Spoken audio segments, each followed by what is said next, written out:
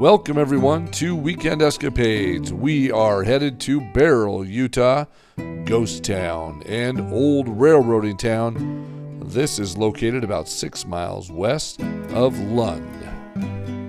So let's dive right into it. This first building here used to be the general store, the part that fell down, and what's behind it there is the house that was attached to that general store. And this is one of a few buildings that exist here on the property. There were some others, of course. They burned down and they've been removed. And this is what the front of that store used to look like attached to that house. That's the local post office right there. And you can see that is completely empty and old wood and rotting. The old trees that are sitting here. I'd love to come back and see if these bloom. Not sure, I don't see any buds on them. Oh, there's a couple up there.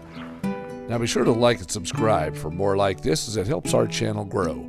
And as we continue on to the property, you're going to find some very interesting outbuildings and more information about that old post office. Now, Beryl was named after the semi-precious stone beryl found in the area. This town was originally established in 1901 as a Union Pacific Railroad siding area. Now, there's not much left here in Beryl, but we're going to take a close look at what is left. Some of these buildings, as I said, you'll find very interesting. Now, the gentleman that I met here in the area said that this home was owned by a woman for many, many years, and she had built the general store on the front and operated that out of this location. Again, it has fallen down in the front, and this is what's left of that home. And we're going to go ahead and take off here and head into those outbuildings in the back. Now, there can't be but a few residents in this area, and if they are, they're living in like RVs in the area on small property, because you can pretty much park and camp and live how you want to out here in Beryl. And there's a lot of property for sale and a lot of containers on these properties. It tells me that people with RVs stay out here from time to time. Take a look at that. Made out of 100% railroad ties.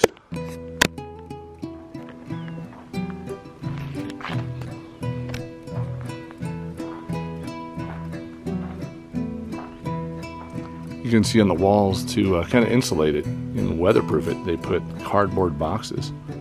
And you can just see there's no way I'm walking in there and set those walls off coming tumbling down on me. You're not going to survive getting crushed by railroad ties. Okay, so we have found out from somebody who lives locally here. Out here they've got a piece of ground that they live on and frequent. And they had said that this right here is the post office that began here with Beryl. So in the beginning, this post office has been here. And then, of course, right next to it over there, you'll see in the corner, is the general store. And that's the first building that we were filming there. And it doesn't smell real good on the inside, so I'm not going all the way in, but we did go around the exterior of that building. So let's take a closer look as well. This old building here is the local post office when it was in operation.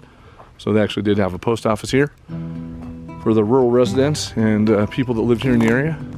Very few, but a few did. And this is what's left of that post office. We'll take a look at the front.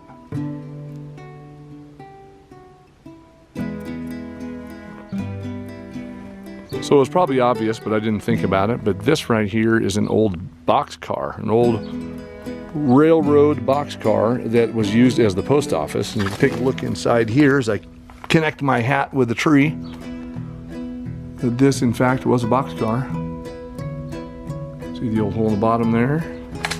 They had kind of a getaway hatch. And the windows that were put in. You see the way the framing is on the top, you can tell that this was a boxcar. So that's really interesting to see. And as I'm filming this, I also noticed that there is another train coming down the tracks. Now, both Beryl and Lund are very close to each other, about 6 miles away. And so I started looking up a little bit more information. And the main reason that this is all a ghost town, not only is it just land that's hard to live on, but it's because of the I-15, because people used to come from Cedar City and all over take these trains and then they would bus them up to Zion and to see all of the great natures and the great parks in Utah, because this was the closest train that they could get to, and then they would disperse from here and go to those national parks by bus. And with the I-15, they no longer needed that because people could travel up and down the I-15 to those locations. We hope you enjoyed this trip to an abandoned location in the desert. And until our next adventure, goodbye from Weekend Escapades.